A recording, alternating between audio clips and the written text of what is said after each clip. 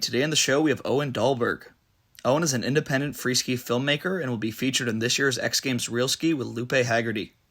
In this episode, we talk about Owen's journey to where he is now, working at Wendell's, some behind the scenes of the MAGMA videos, linking up with Lupe, getting his gear stolen, and more.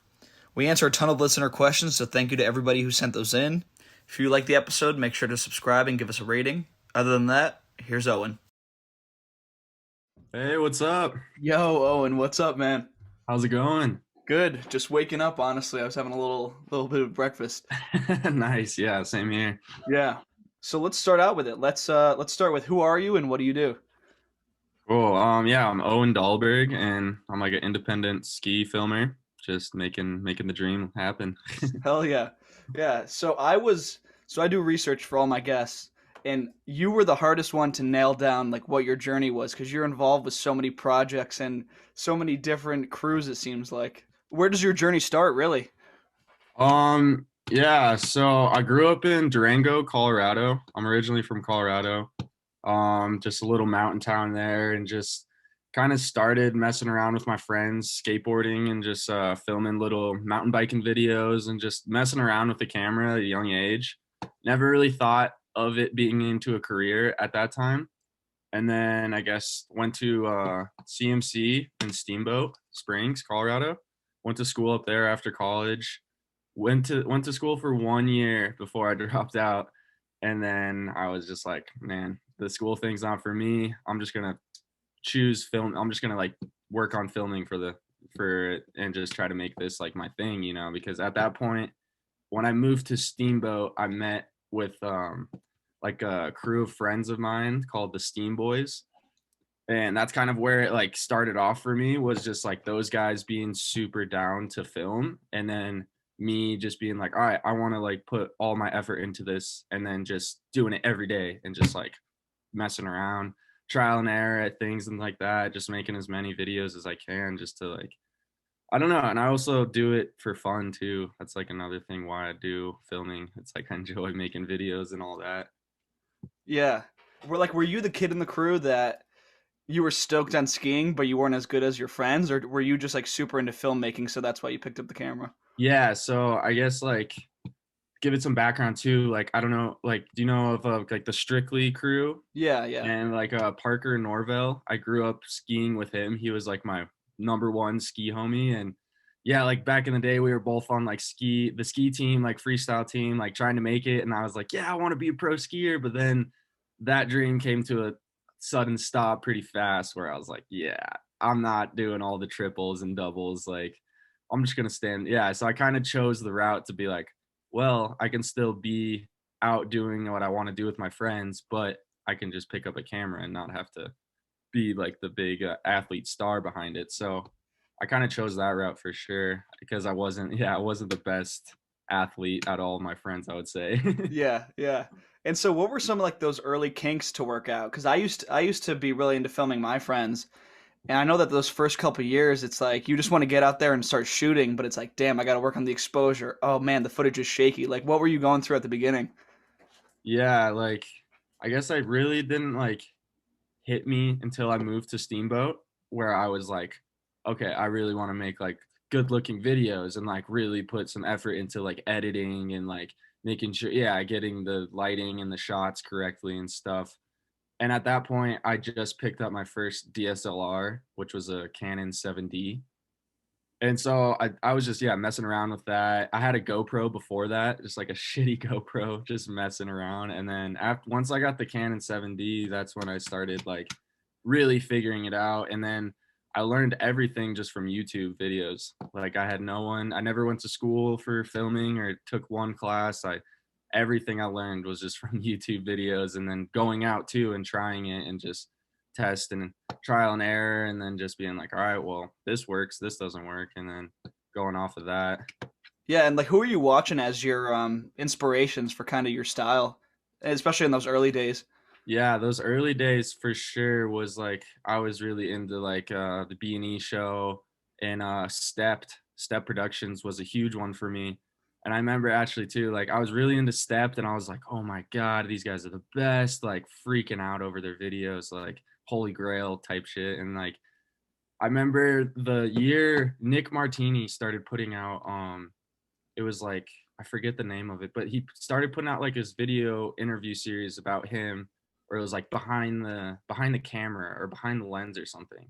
And it was like a small story about Nick Martini's story about how he got hurt and then picked up a camera and started filming for Stepped, and then it just turned into this whole thing, and he loves filming now and all that. And that story really hit me, and I was like, wow, that's cool. I want to be that. Like, I want to be shooting like Stepped, like big street videos, night shoots, all that. And so that was a huge inspiration for me, was the Stepped videos. And I think that was a big reason why I picked up a camera. Also too, I got like the Bunch. I was a big Bunch fan. All those videos screwed me up as a young kid, just over and over watching them again. So that was a big inspiration as well. Hell yeah. So how would you break down like the transition from okay, I'm not going to school. I want to be a filmer. Like when did that transition into okay, I'm taking this super serious, like let's try to make some money off this. Let's try to like put out some parts. What was like was there a distinct moment or did it kind of just blend into that? I guess before I went to before I went to school, I kind of was like messing around with before I went to CMC and Steamboat. I was messing around with cameras, and I was kind of like toying with the idea of being like, all right, I want to make ski movies. Like, this is what I want to do.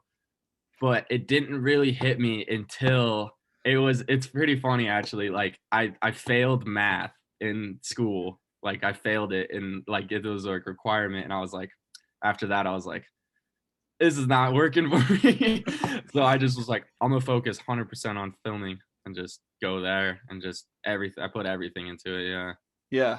Nice, man. And did you catch like a certain break? Was there any one video early on that's like that kind of blew up and you're like, okay, yeah, this is working out, or did you just kind of keep putting stuff out and just keep on building on previous videos? Yeah, so I probably like filmed with like the Steam Boys and like put out consistent videos for like that first 2 years I lived in Steamboat, and then the second year I lived there, I didn't go to school and just filmed full time, and then tried to film like this little movie with them. And after that video, I guess like um someone who I looked up to at the time was Oliver Hopslitzel, the other filmer. He was like, his style and stuff was a huge inspiration to mine, and he actually hit me up after I dropped that first movie I made with the Steam Boys and was like, "Yo, dude, you killed this shit. Like, we should link up sometime." Blah blah blah, and that was like huge for me. But then after I dropped that movie, I was like, "All right, what am I gonna do? Like, am I gonna go to film school, or am I just gonna keep doing this?" You know. And so then I got a job as a film intern at Woodward at Copper for the summer.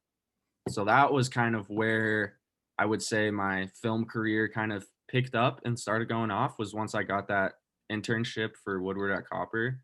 And I was just a one summer internship. Just I was in charge of making the camper videos. So I had to make like 3-minute videos of these campers who parents would pay for like video recaps of them of the week they're there. So it's kind of funny when I was, because like the job was such bullshit, just making these stupid videos. But the like connections I got getting that job led me to get another job. Was next summer I got a job at Wendell's, which really was where everything for that I've like gone in the last couple years of like kicked off for me, was where at Wendell's. Nice. Yeah. Yeah, and I watched some of those Wendell videos when I was looking through this. So I was wondering, like, are those summer jobs helping you pay the bills, or are those just like strictly internships? Yeah, so the Woodward one, I was getting paid a little bit, but nothing to pay the bills. It was like I was living out of their employee housing because I didn't have enough to pay rent there, like to get my own place in Copper because I was living in Steamboat. So I lived out of their employee housing. Yeah, not enough to pay the bills. Wendell's was a big one because like I don't know if you've heard about like the workmanship, but they don't pay their employees very well at Wendell's. So like yeah, it's like a hard thing to do, but I'm so grateful and happy that I did take the chance and just be like, all right, I'm gonna kind of lose some money this summer, but I'm just gonna go have the best summer of my life kind of thing. Yeah, Knowing exactly. that going into it, I think was good because I was like already like, all right, I know I'm not going to be making money this summer, but it's Yeah. more about the connections and the experiences I gain. So that was like where I was kind of focusing the like, all right, here we go. Yeah, Not, definitely. yeah, That's one of those early things. Like, all right, whatever I'm giving up in money, I'm gaining in connections. yeah. Who were those some of those connections that you met there, and like what did that kind of lead to afterwards? Like a big one was that's where I met Hunter Hess and Alex Hall. So I don't think I would have filmed the two MAGMA videos with them if I didn't take that job at Wendell's that summer and met those guys and like made a connection with them and like yeah, because it wasn't because I met Hunter out there and we were like filming, getting along and stuff. And then it wasn't until that next winter that Hunter actually came to me and was like, "Hey, trying to film this summer video. Like you should help." And I was like, "Yeah, I'm there. Let's go." Yeah. So that was the biggest one I would say. But also too, just like Jason Aarons, he was the marketing director at Wendell's at the time when I was working there, and he's been a huge help. He just knows everybody in the industry, runs Surface Skis marketing right now, so which is really cool. And this also too, just the amount of athletes you meet, like Wendell's obviously brings in just an insane amount of like professional skiers to the summer skiing.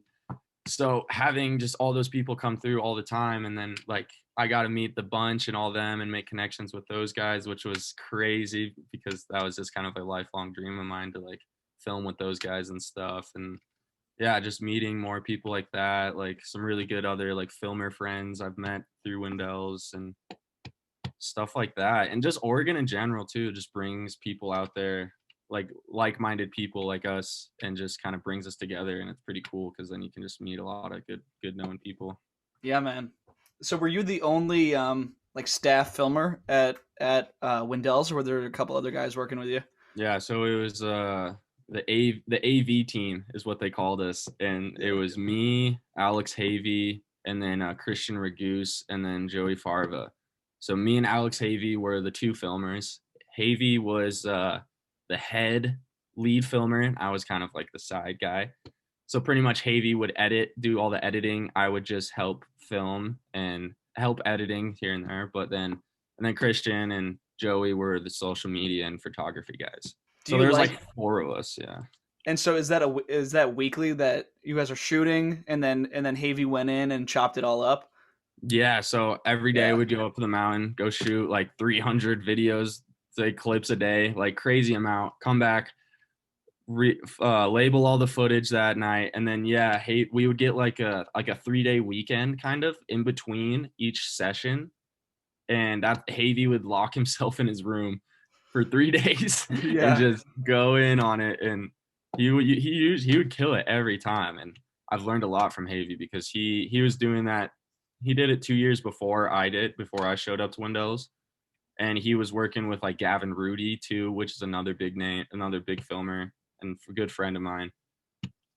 So yeah, working with Havy was awesome because he taught me a lot that I didn't know necessarily about little things, because before going into that job, I was just teaching myself. Like I didn't necessarily know too many people or like talk to too many other filmers about stuff. So that was really cool working there with him.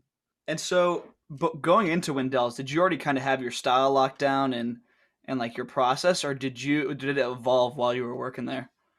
Yeah, I guess like a little bit. I had a good amount of stuff I've released by myself under my belt before I got the job at Wendell's, because I applied the year I went to Woodward, and they never called me back.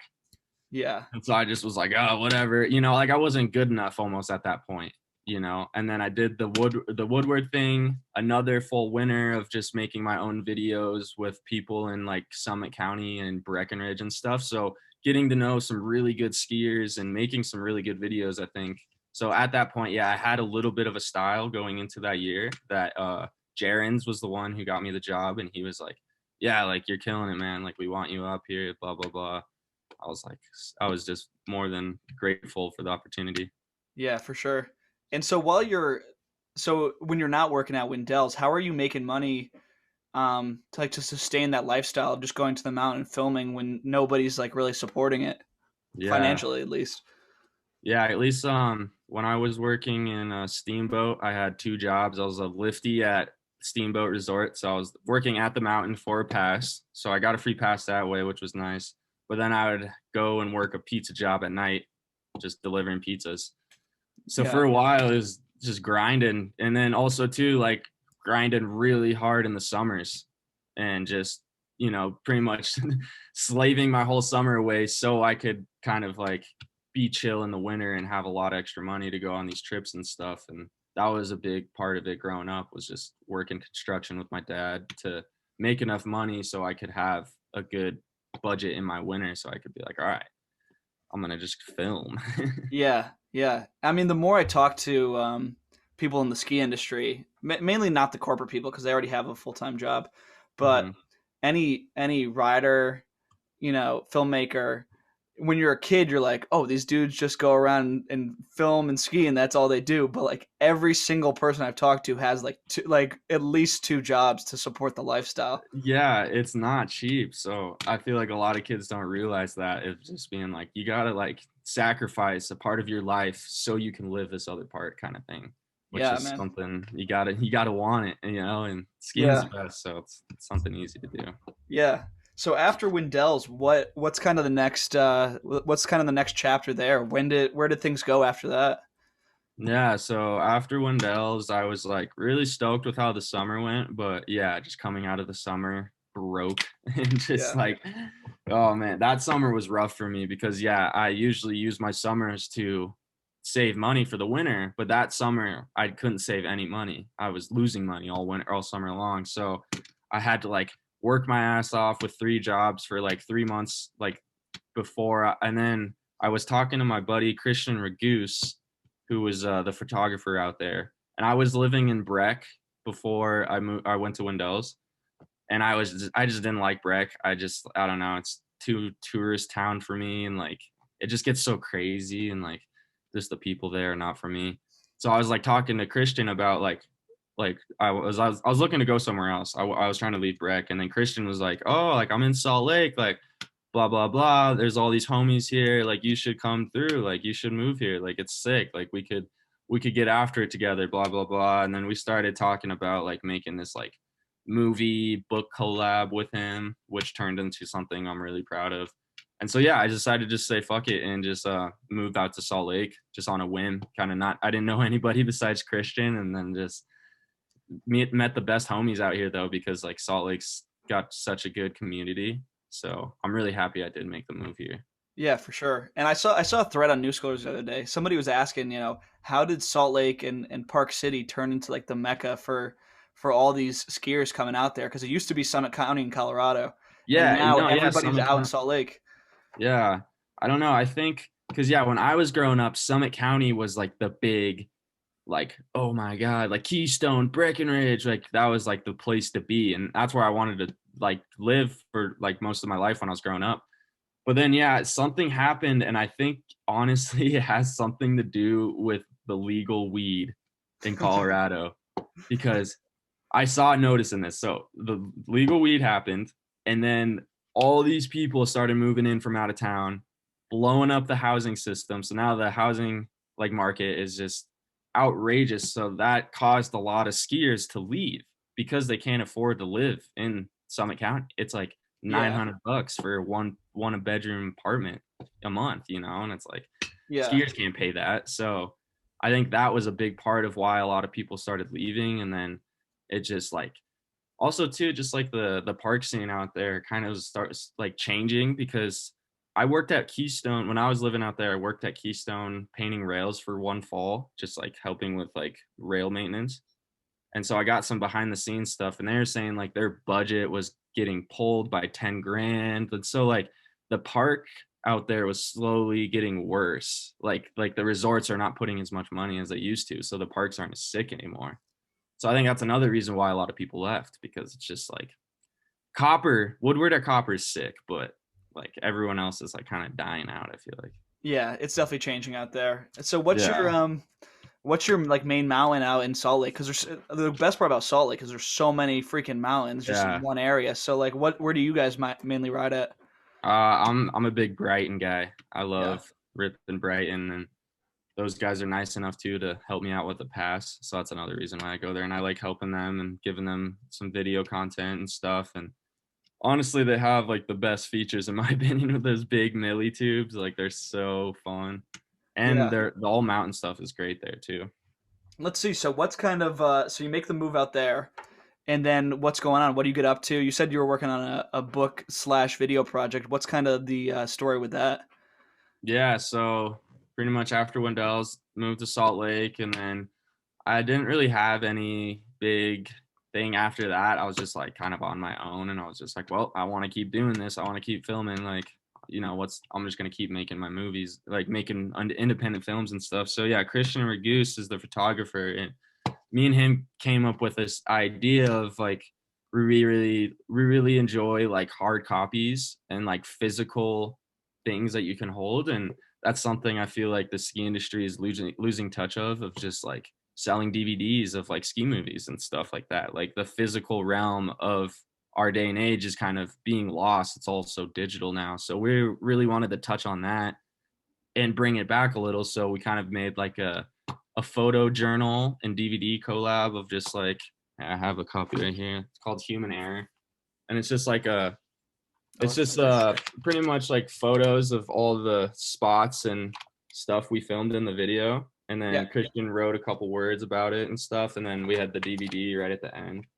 yeah. For So people we were listening, selling that. it's like a magazine with like that's just Yeah, all photos throughout. It's pretty sick. yeah, it's like a magazine, kind of like with a story about our winner, and then there's a video to back it, kind of thing.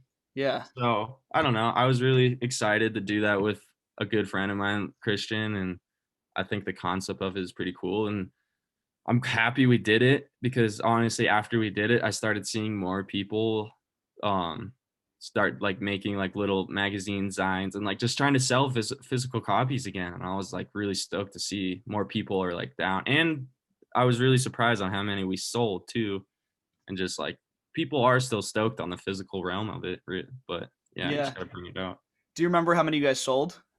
We we originally bought 100 because we were Mm, like really nervous and like didn't want to buy too much, but then sold those like really fast, and so then bought another 50. So I think it was a total of like 150 we sold. Nothing yeah, crazy.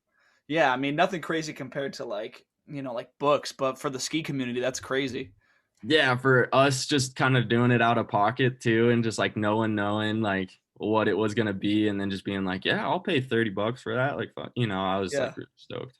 yeah. That's awesome. And so you're like what I've noticed is you do a lot of big projects. Some people just like consistently put out clips or whatever, but you're always it seems like working on something huge. So like, are you doing these big projects kind of at the same time, or are you like, okay, this season I'm going to focus on this project, and this summer I'm going to focus on this project? How does that kind of work out? Um, it kind of like I don't know. I guess I just go into it like I try to put out a video, an independent video for myself each year. Just Okay. something that I can have full free creative reign and just, it's just this is my video kind of thing. And I film with the homies and stuff. But then I've also been working with like Lupe Haggerty. He's a good friend of mine, and I've been helping him make like some street parts for him, which I'm really stoked on. But he has like a different view in it. So it's a little different because I have to kind of like fit his view or his vision a little bit. And Mhm. same with Hunter and A Hall, like they have a vision for Magma that I've tried to fit too. So with that being said, like I try to have my own thing at least, but then obviously, yeah, I kind of get pulled in different directions because people need help.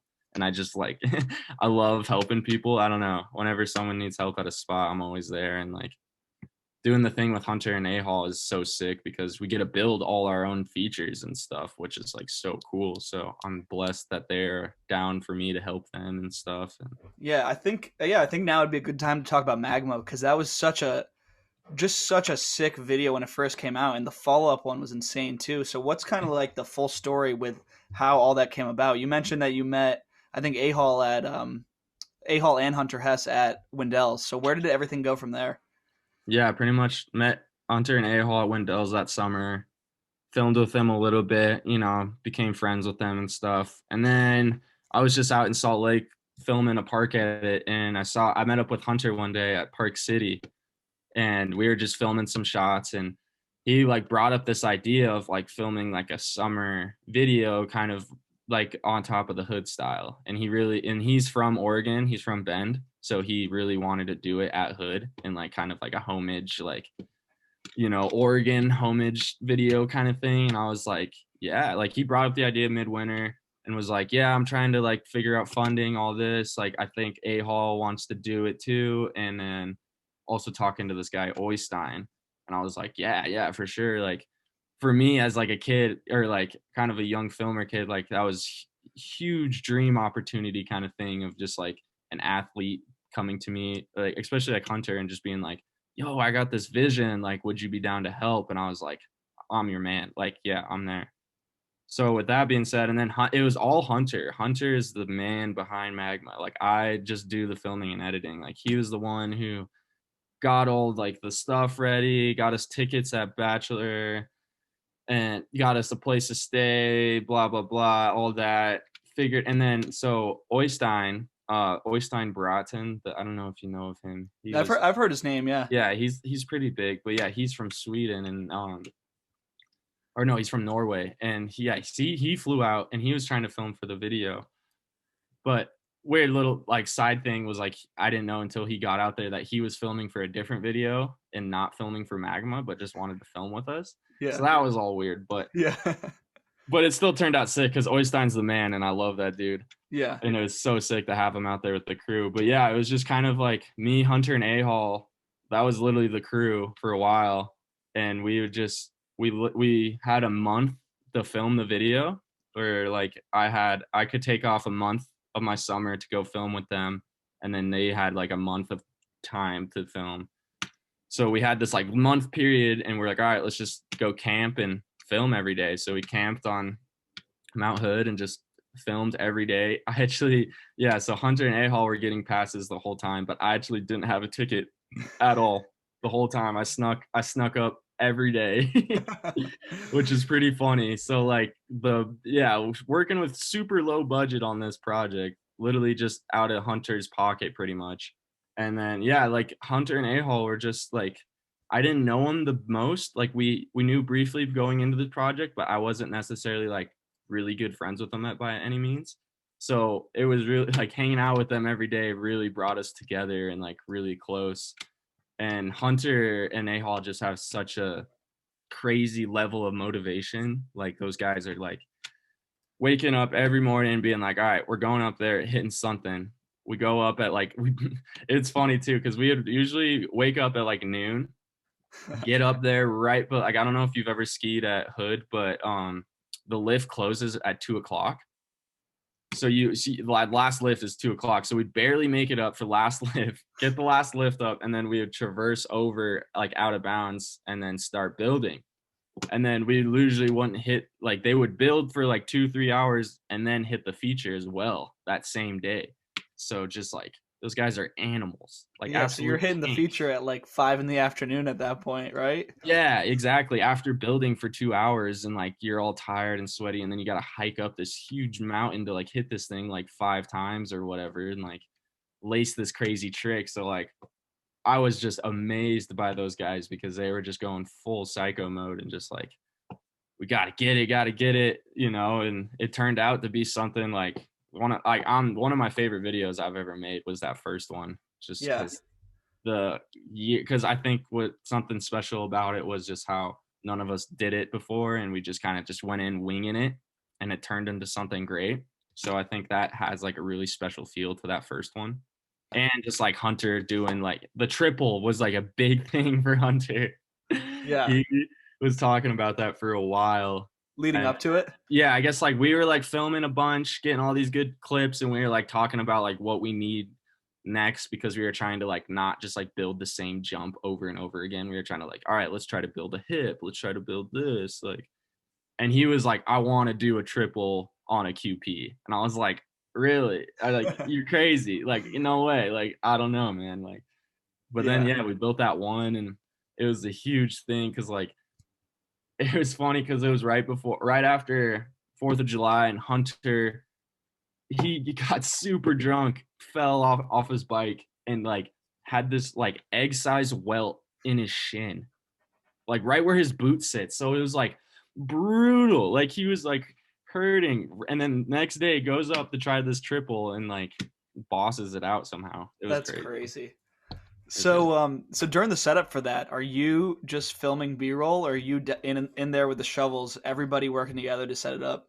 yeah. Like I would be shoveling every day just as much as those guys. Like yeah, like I said, we had a very small crew, so if Yeah, we weren't all putting 100% in, like we weren't getting the feature done that day. So there's a lot of times where I was like, man, I wish I could just like go and like walk around and just shoot some B-roll, but I gotta help build right now. So it was a challenge to do, but I'm glad I was there to help and make the features happen, because yeah, makes it a lot more rewarding after after you yeah, built it. definitely.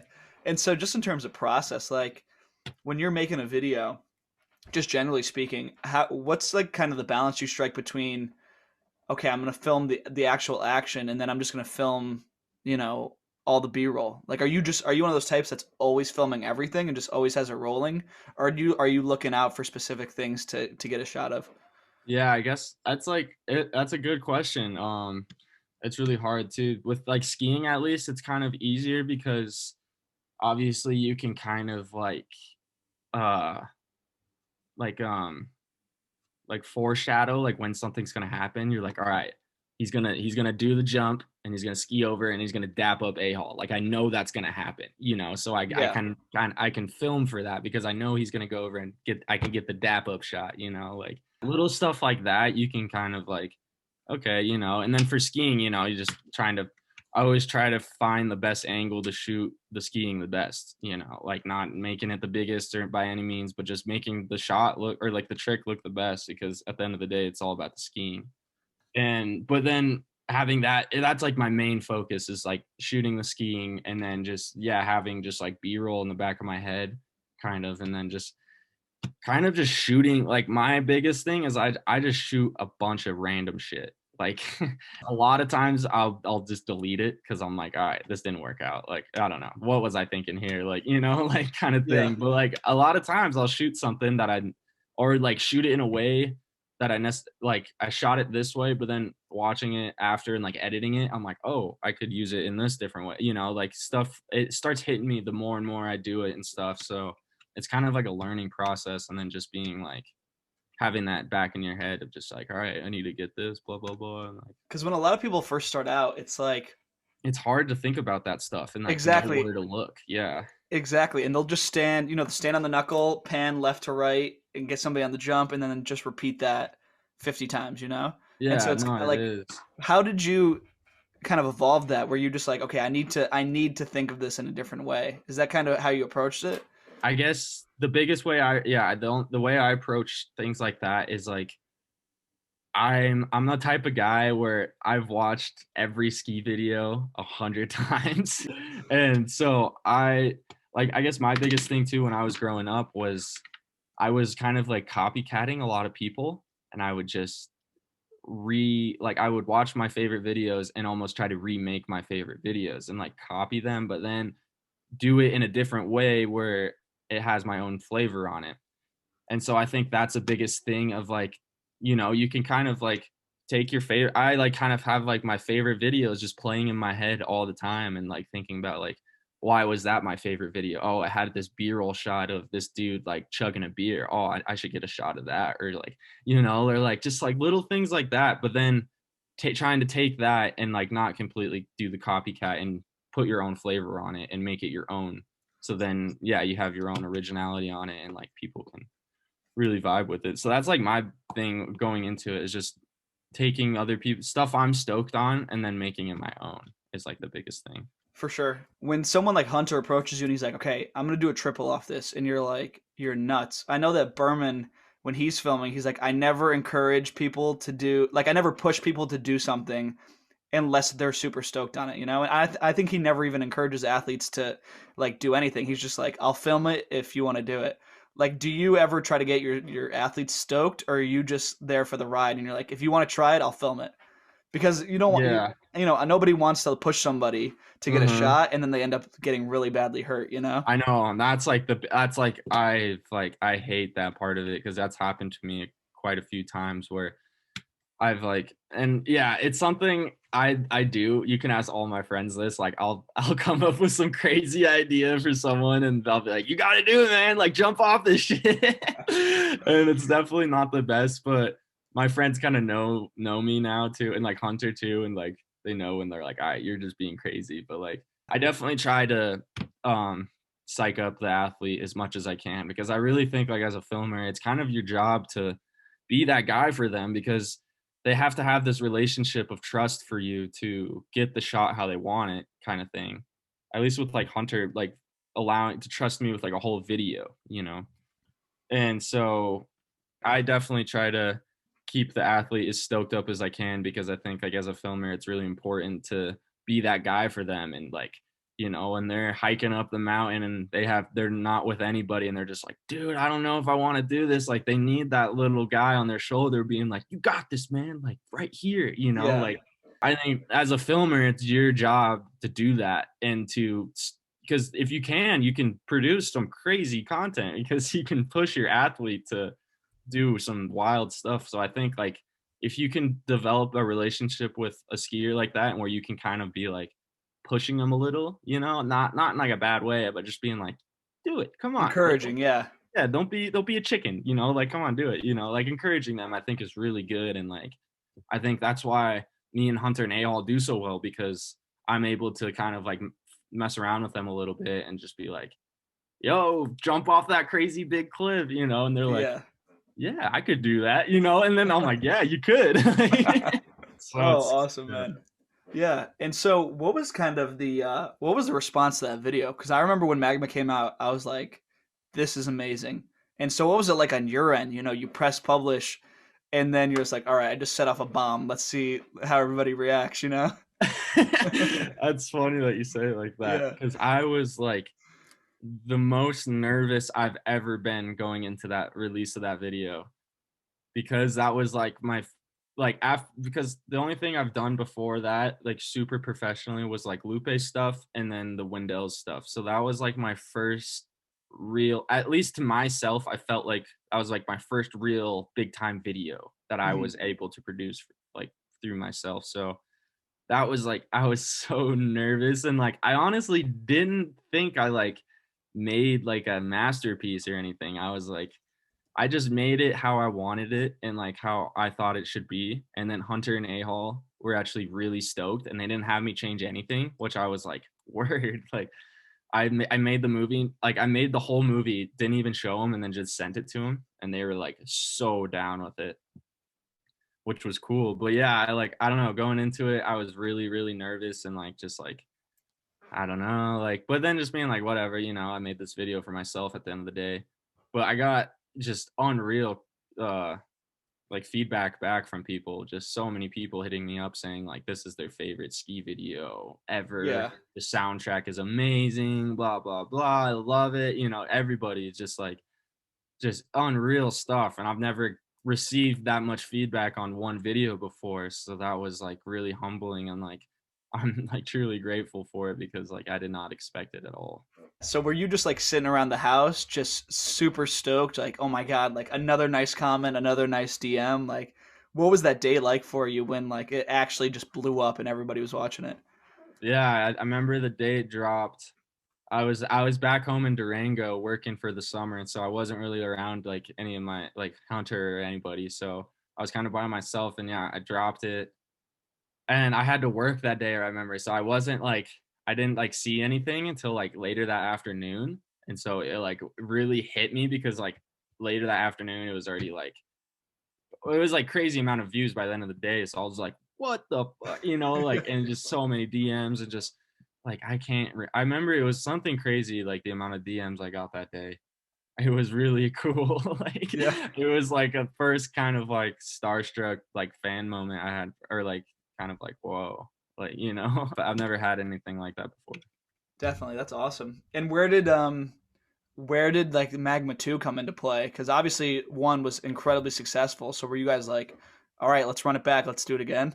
Yeah, pretty much like with like how we yeah, the amount of feedback we received and like the view count on YouTube and then winning the New Schoolers Awards too was just like a huge like motivation boost for Hunter and A-Hall too. Like they were so stoked after that. Like and and they probably got a lot of love for it too, because they were doing all sorts of crazy stuff.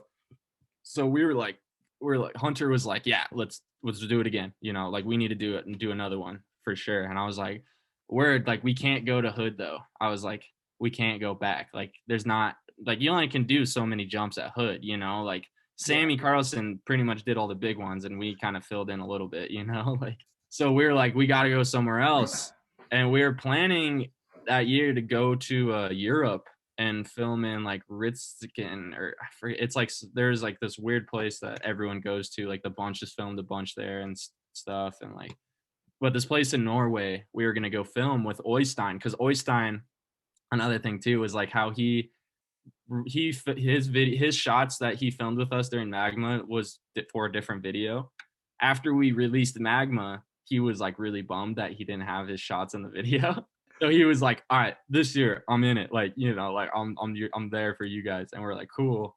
So we were gonna try to go to Europe with him, but then literally like a week before we were about to leave, the COVID ban hit, and A-Hall was actually already out there, and me and Hunter were about to fly out, and then we're like, we can't go out there. Like, yeah, like shit's fucked. So A-Hall actually got the last flight back before they shut the border down. Oh my So God, yeah. yeah, to America. So that was like a huge shit show just getting A-Hall back and like, and then us not going and stuff. So then we were all stuck in Utah and we were just like, fuck, like what do we do? Like, do we go to Hood again? Like I heard like you can't even like because at that point they shut down Hood and like you couldn't even skin up, like you couldn't even go up the access road. So it's like we couldn't go there and film.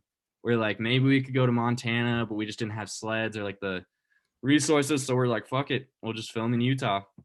All the resorts are closed here, so we just like went up to like Brighton, Alta, Little Cottonwood, like Grizzly Gulch and all that, and just built as many jumps as we can, which like I think was really cool because it made the second one so much different than the first one. So different, Even yeah. though it was like the same thing. Yeah, definitely a different vibe in the second one. Yeah. It was awesome. What was the I just have a question about a specific shot. So what was it like nearly getting impaled by that tree in that second Oh my movie? God, dude. That was like one of the scariest moments I've had filming to date. We were just like, yeah, like set up that little tree and like I didn't think it was gonna break like that. I expected it to like snap in the middle, like where he was kicking, Yeah. and it was like a tall ass tree. It was like 40, 50 feet tall and it was really skinny. And there, yeah, we were building like the bunch bounce off the tree or something like that. And so like the first couple hits, I was filming long lens from below. So like, and I was just like, this is just not looking that sick. Like I need to film fisheye. So yeah, go up to film fisheye, like right in there. And then Hunter hits it and he was trying the flip out thing. And so he tried the flip out and it like almost sounded like it snapped, but it didn't. And I think he might have broke it slightly. And then A-Hall comes in next hit, does the big push off it. The top half snaps and falls. Yeah, almost skewers me. And like, I had no idea it happened until I like ended the shot and I saw it go down. And like, if I was standing a foot over, I would have been, I could have been dead. I don't know. It was Yeah, like, that was crazy. it was a big stick. Like, and if it hit me in the back too, like actually skewered me, like that would have been really bad. And like, yeah, Hunter almost did something similar too on his other one too. That's We were crazy, not man. having good luck with trees. It was bad. And so you kind of brought up that like you do the different, do the long lens versus the fisheye.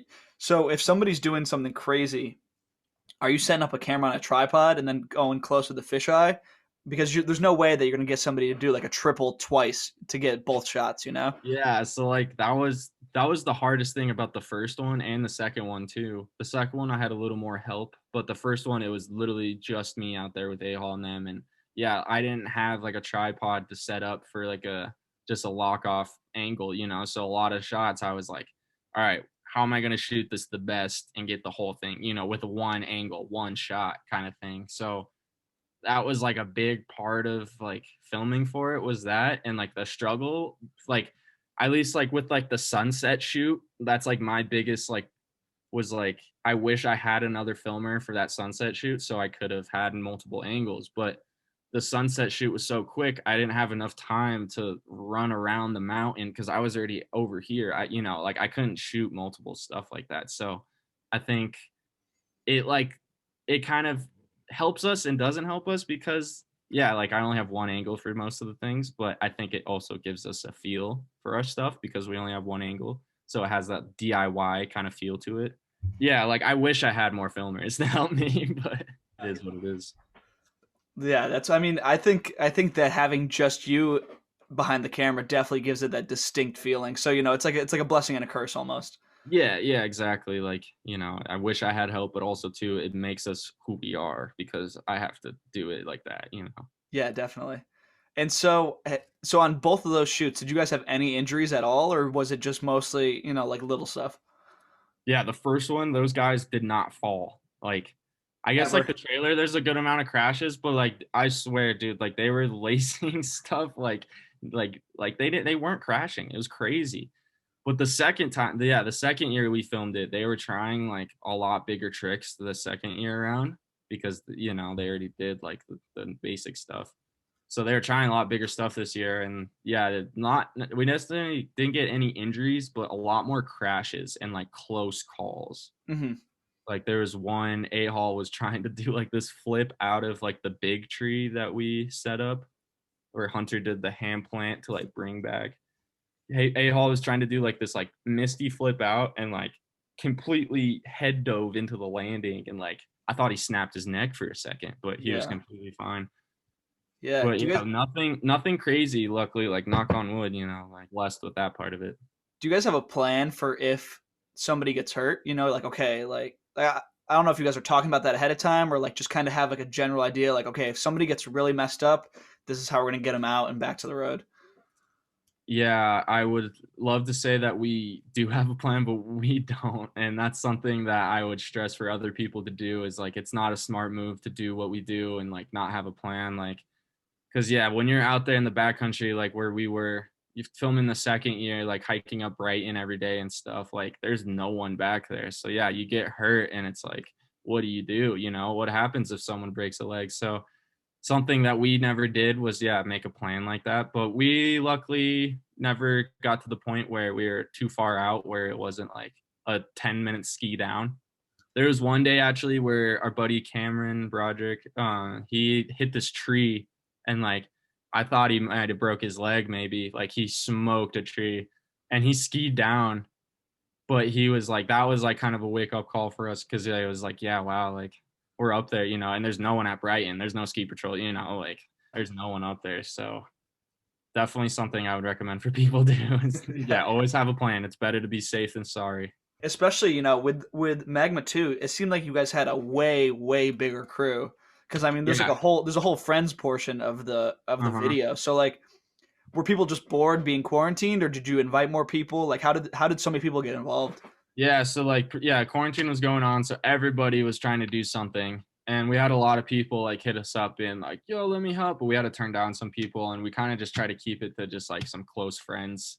Hunter and A Hall invited good amount of people mostly, and then I had like one or two homies come up with me sometimes. But yeah, we try to just keep it pretty low key as much as we can. But yeah, having that extra help, I think, made the features, as you can see in the second one, like a lot more elaborate. We had a lot bigger builds in the second year because Yeah. we had a lot more help. Yeah, more hands on deck for that. Yeah.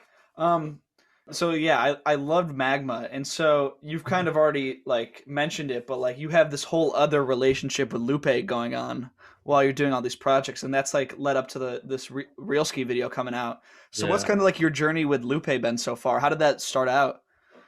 Yeah. Lupe, I met him actually the first when I got that internship at Woodward. That was when I first met Lupe when he was living out in Summit County too, and he was going up for the summer camp, and that's where I met him. And we filmed, and then we just started hanging out and just skating every day, and like we became friends before we became like ski friends, you know, like we were just homies just hanging out in the summer.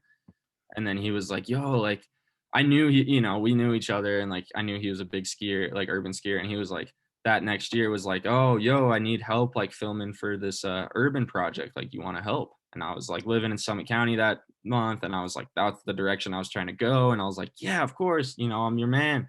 And then it just kind of like at first he just brought me on as like a helping hand, and then slowly and slowly it turned into me being the main guy to film everything. So I'm more than blessed, yeah, because Lupe's the man. Like he's such a good dude and like such a kind person, and he's got an insane level of motivation too in the streets, like no one other I've ever seen. So it's been really cool working with him because yeah, it's like a whole nother side of things, and I get to do a lot of things that I don't get to do with like Hunter and A-Hall, and like he's helped me with a lot of opportunities. Like last winter, we got to travel for his project and go to like Spain and like all these crazy places that I've never been to. So that was like so cool to film for that and like keep traveling with him because he is one of my best friends too.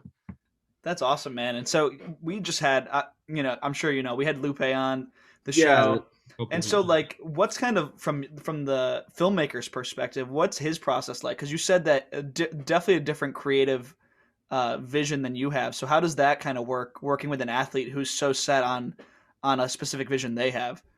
Yeah, like Lupe has a very particular vision of like how he wants his skiing showcased, and I completely agree with him because I think everybody should have a way they want their skiing showcased because it's your skiing, it's your art, you know. Even though I'm a filmer and it's technically my art still too, but it's at the end of the day, it's the skiers skiing, and you should showcase it the best they want it, you know. So knowing that, I think me and Lupe have like developed a cool style and just like kind of fitting his like he really likes the clean proper cut like you know glide cams and tripods and all that, but I'm more of a little DIY skateboard fisheye kind of guy, you know. So I think we've really been able to kind of connect both of those worlds and really find something that we're both stoked on that's kind of like us, you know, like really original.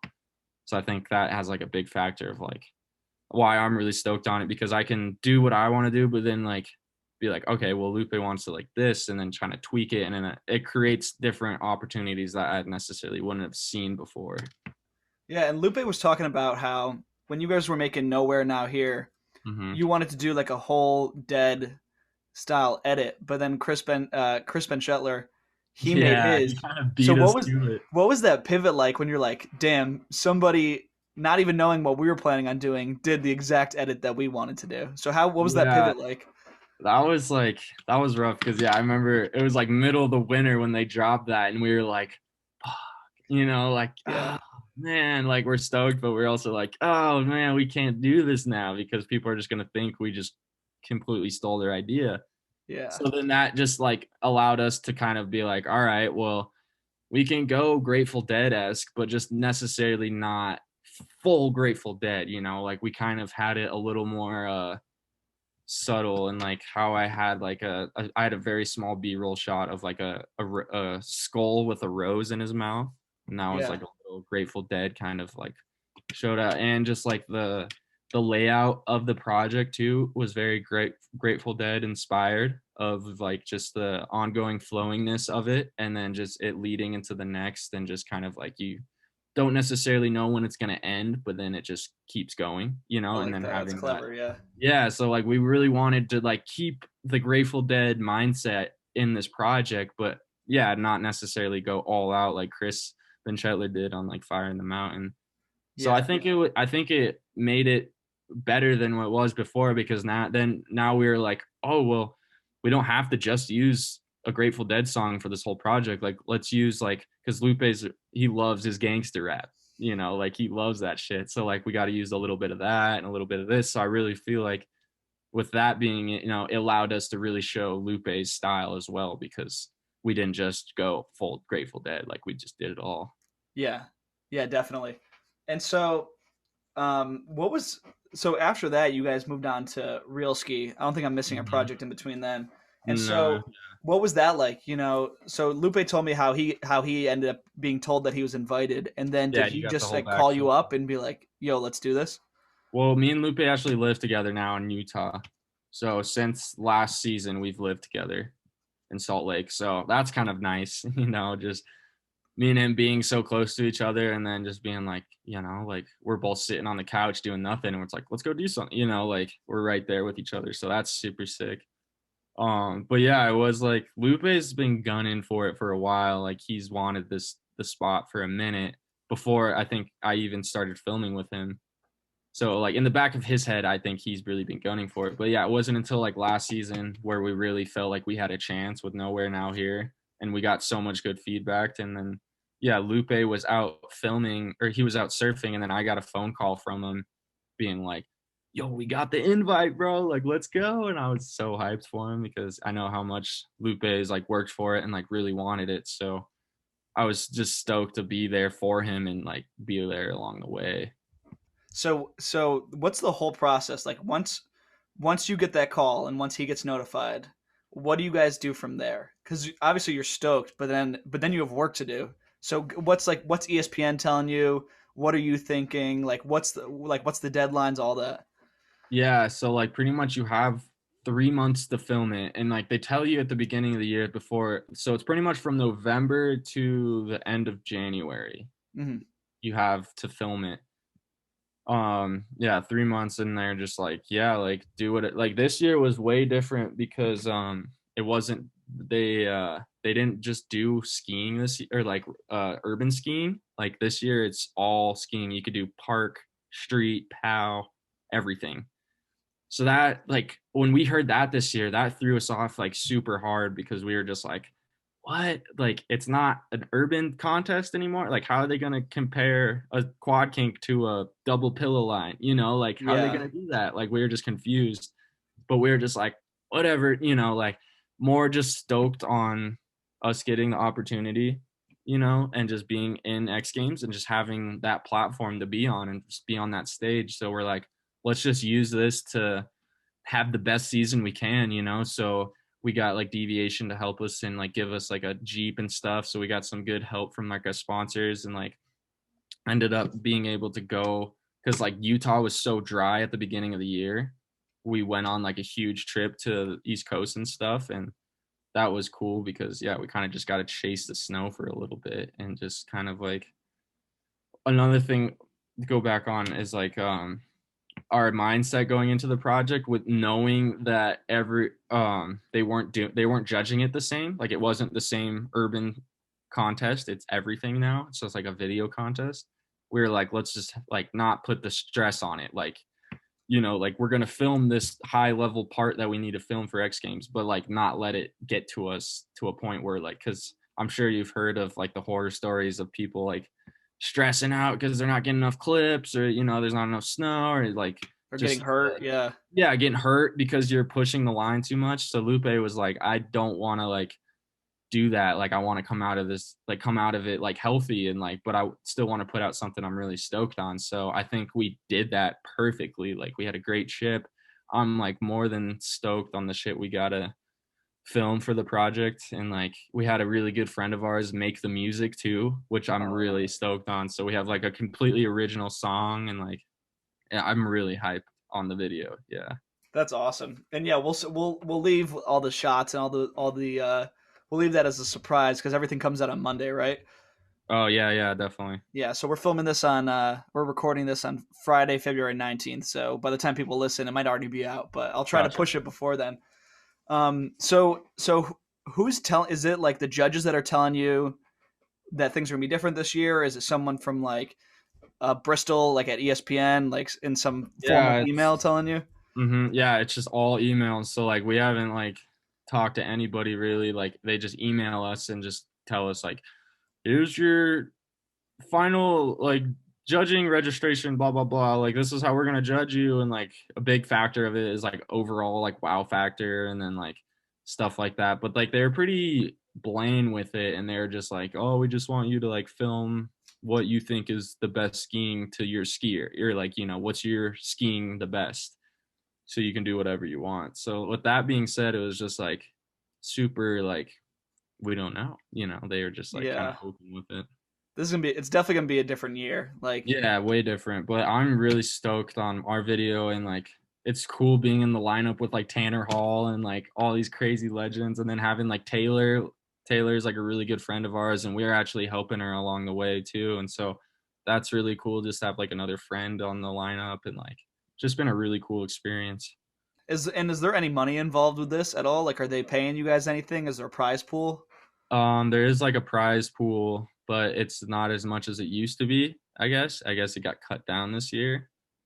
Or like they like changed it or like yeah, so they pretty much like give us a budget to submit the video and we were supposed to use that to like help us film, like go on the trips and stuff. And then yeah, you get a prize for gold, silver, and bronze, and then also get a like 5 grand for fan favorite.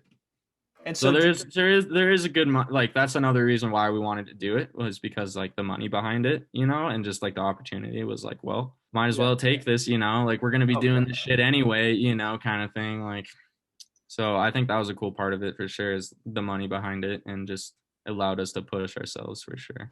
And so, do you guys have any like huge expectations for it? Or are you just stoked on the whole process? Like, are you guys gonna be heartbroken if you're not like meddling at all, or is it just like we did it and we're stoked on it? Yeah, I guess like going into it, I kind of like I don't know, like the lineup's pretty sick. It's like all over the place this year, with how they have like Tanner and then Taylor and Hackle from last year and then Ferdy and stuff. So it's like the lineup's just all over the place. So I guess I'm not necessarily gonna be bummed if we don't make it because at the end of the day, I'm really stoked on what we produced and I had like an unreal time filming it. So, at the end of the day, like yeah, gold medal would be sick for the cherry on top, but we still got to put it out and like get it on the stage, which was more what it's about, just getting our names out there.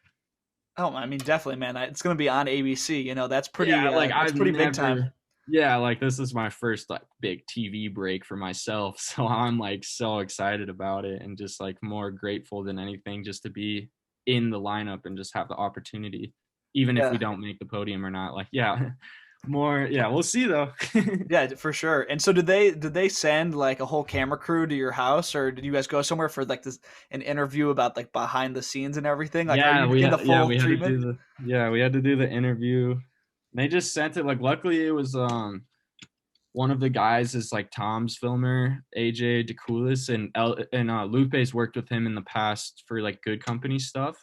So it was AJ and then one other guy who came over to film it. So it was kind of chill. Like AJ's the man, like super good homie, and like he was helping us actually in PA when we were out there and stuff. So I know him before that and stuff. So it was really like relaxed kind of. But yeah, they had like the big red cameras and all the lighting and yeah, they came to our house and like lit us up and had the big interviews. It was crazy.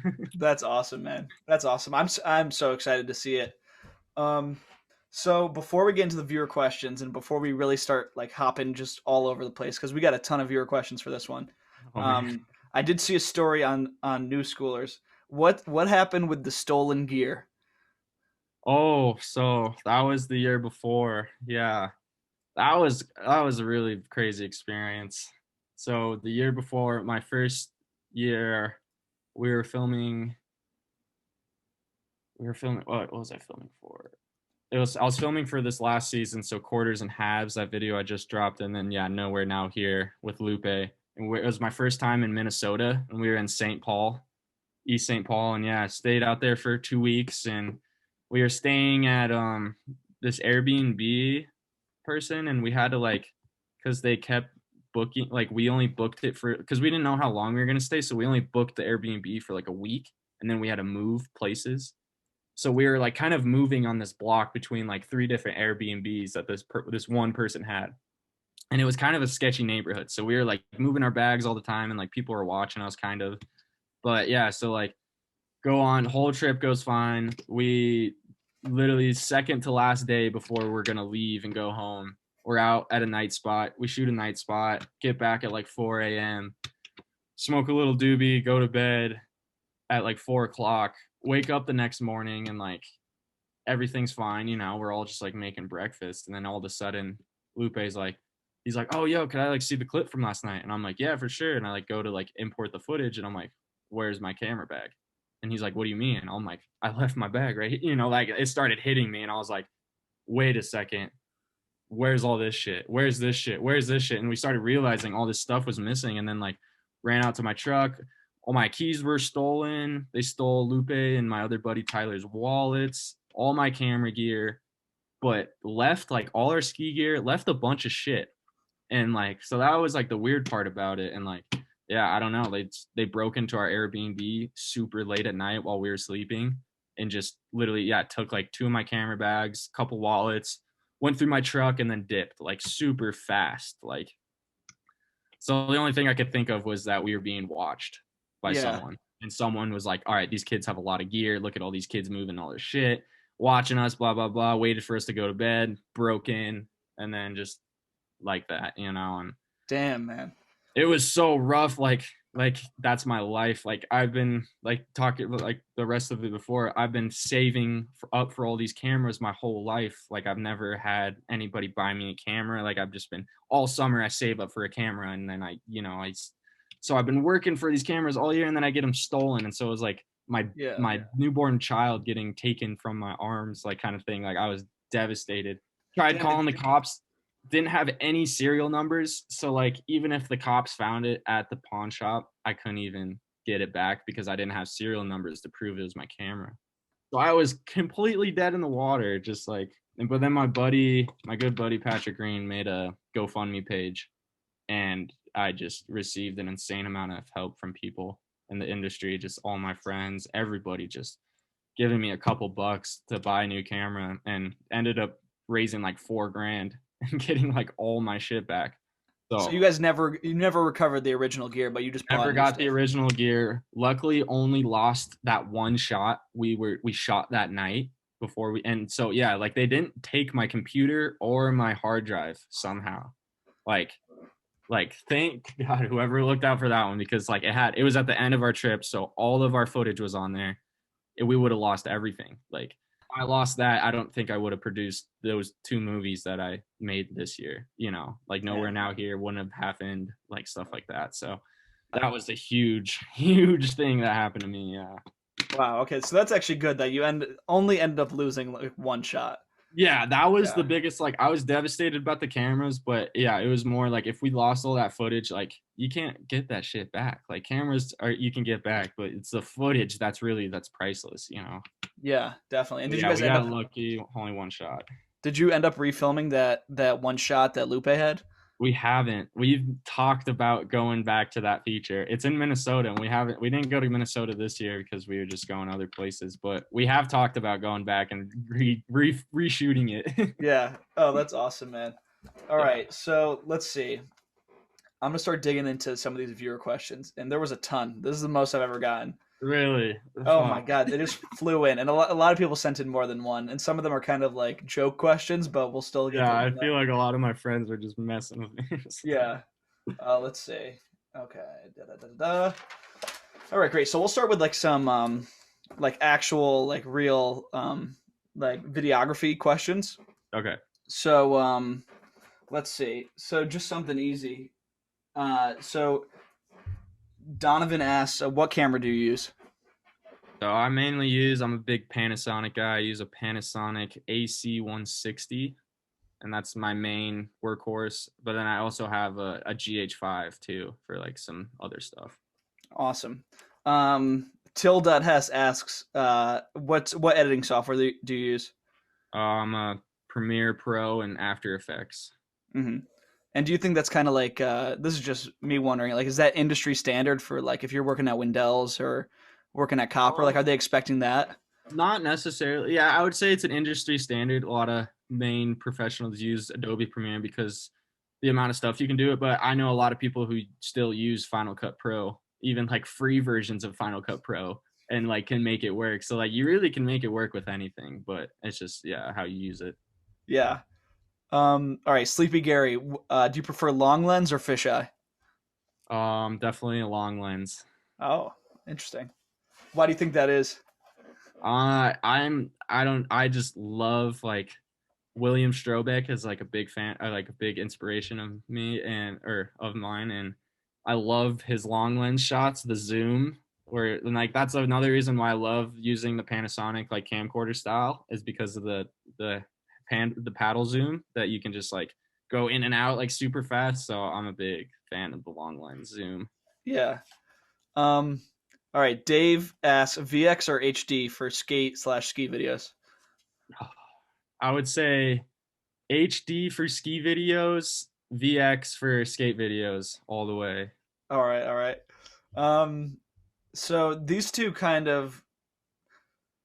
I'll ask the first one first. So how do you get clips to look so good? And that was Drew that asked that. How do I get clips to look so I don't know. good? You can kind of interpret that any way you want. Maybe like, how do you get the lighting perfect? How do you? Yeah.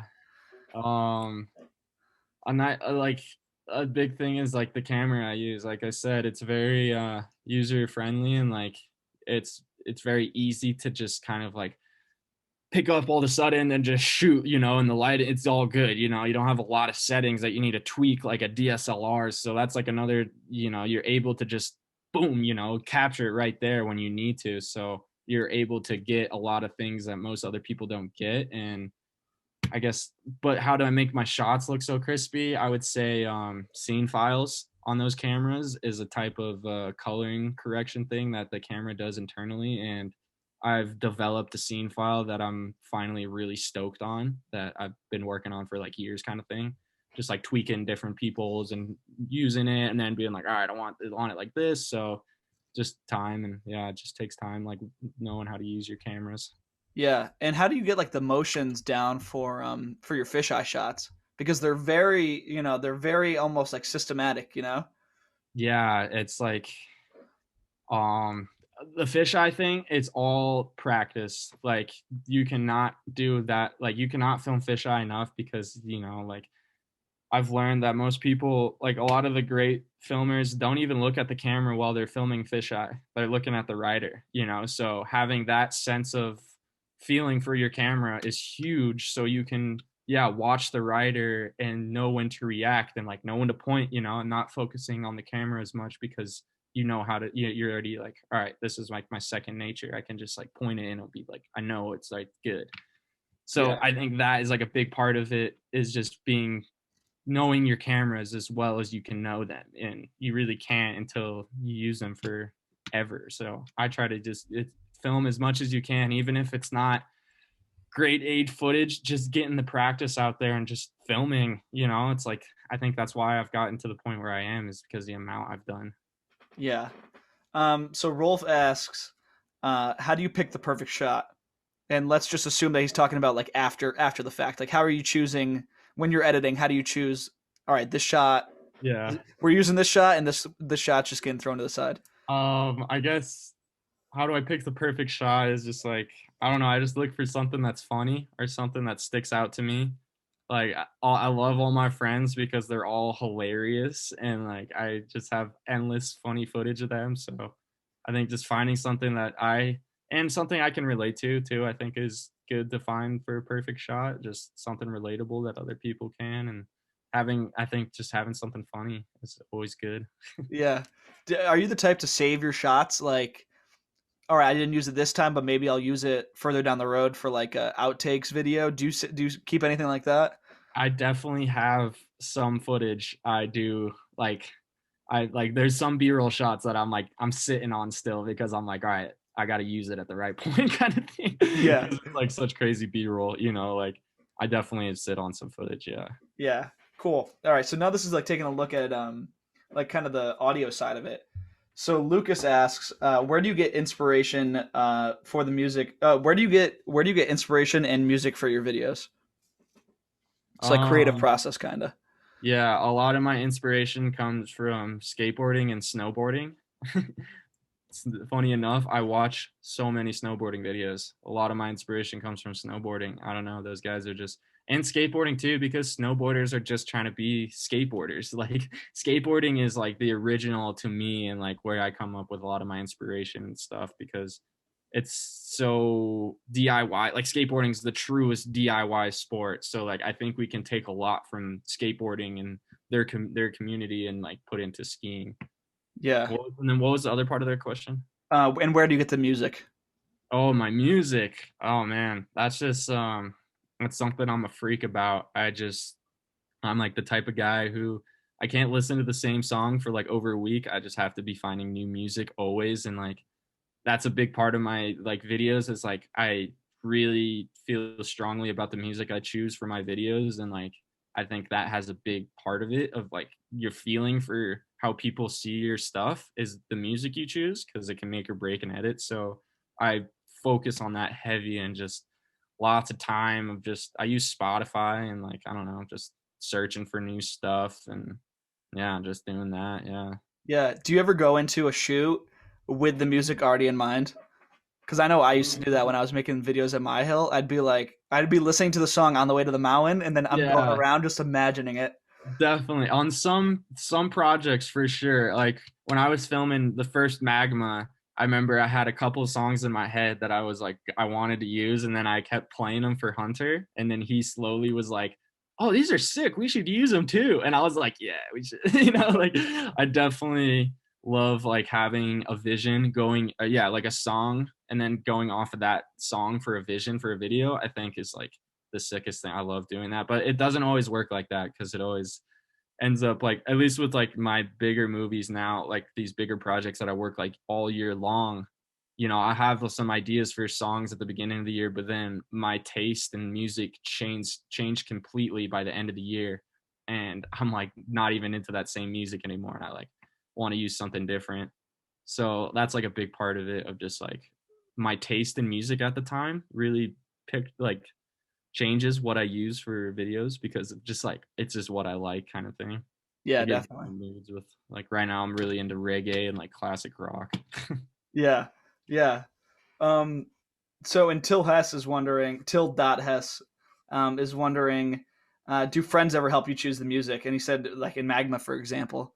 So are friends ever, like, hey, you should use this song in an edit or putting you on to songs? Yeah, a good amount of the stuff comes from me, but yeah, like I have a couple friends that will give me songs that I actually do use. I have like so many people tell me songs like, "Oh, dude, you gotta use this Young Thug song, dude." And I'm like, I can't use that. Like, I don't know. Like a lot of times I don't use the music people tell me to use, but there's like my roommate, Mikey Guzmano. I have to give a big shout out to him because he's given me so many songs that I've used and I feel bad because I've never given him credit. So big shout out to Mikey. Yeah.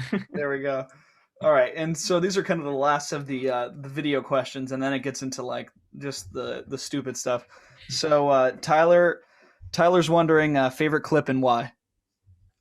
uh favorite clip and why?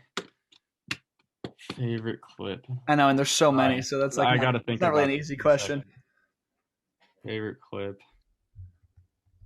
Okay, I think okay, I honestly think my favorite clip I've filmed and like to this day is the quad Daffy Topher did at Wendell's. And the reason I love that clip is because I didn't know he was gonna do it at all. Like he was just doing doubles all day, like double Daffys on the knuckle. And then all of a sudden he just cranked the quad out and gives me the classic Topher look back. And I started dying. I don't know. That one just hits me because I don't know. Yeah, I that's a good love one. Topher in general too. Yeah. Oh, that's awesome. Let's see. Drew is wondering. Let's see. Yeah, Drew's wondering favorite crew or rider to film with. Oh man, that's so That's a tough hard. one. Yeah.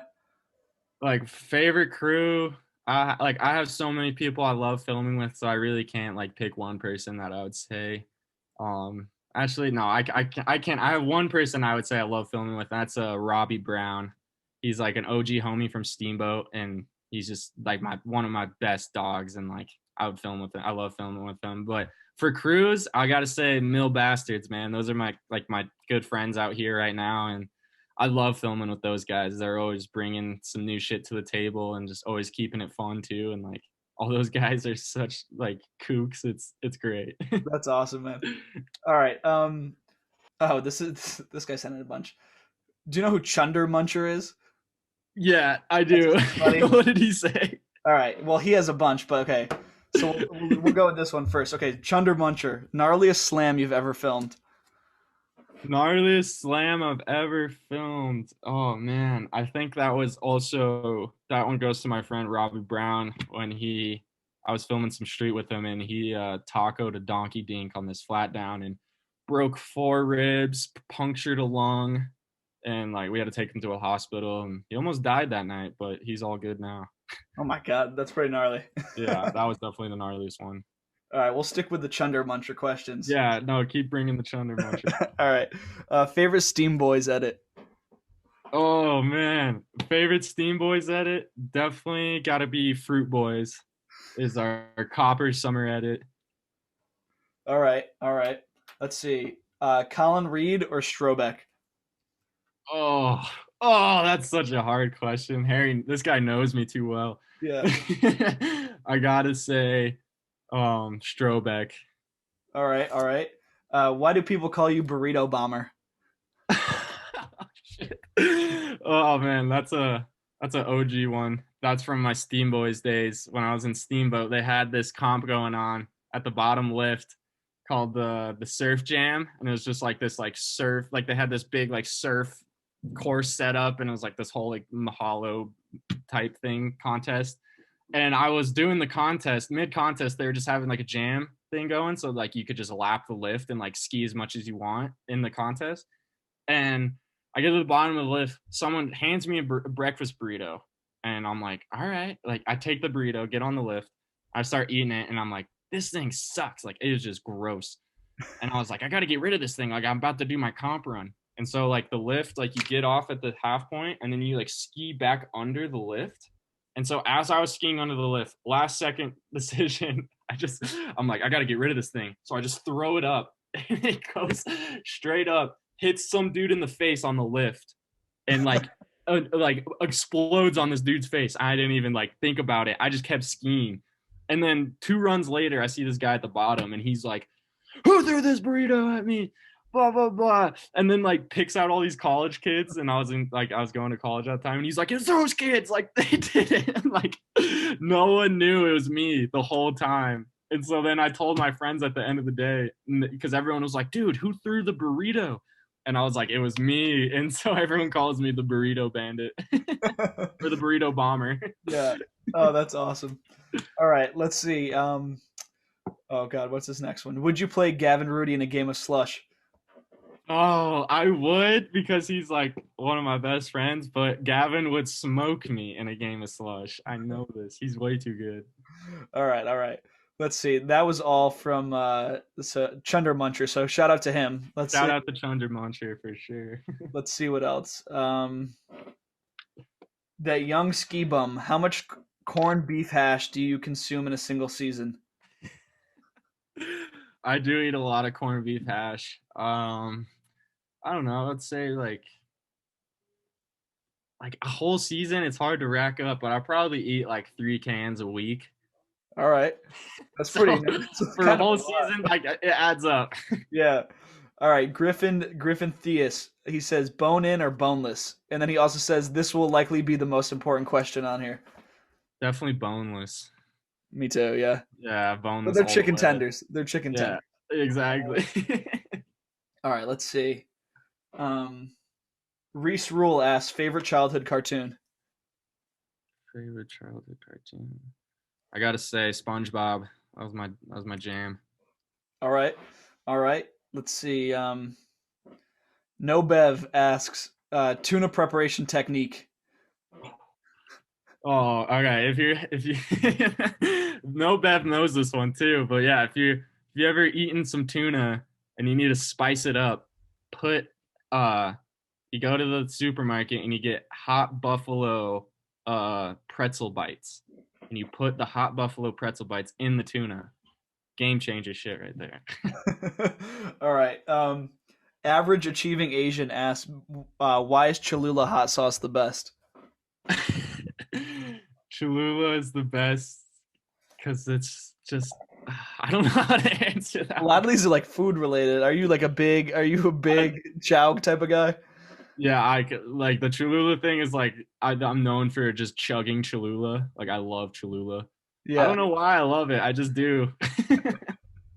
All right. Let's see. There's so many. There's a whole other page of them that I Oh my forgot I had. god. All right, Quinn Chris, how are you so gangsta?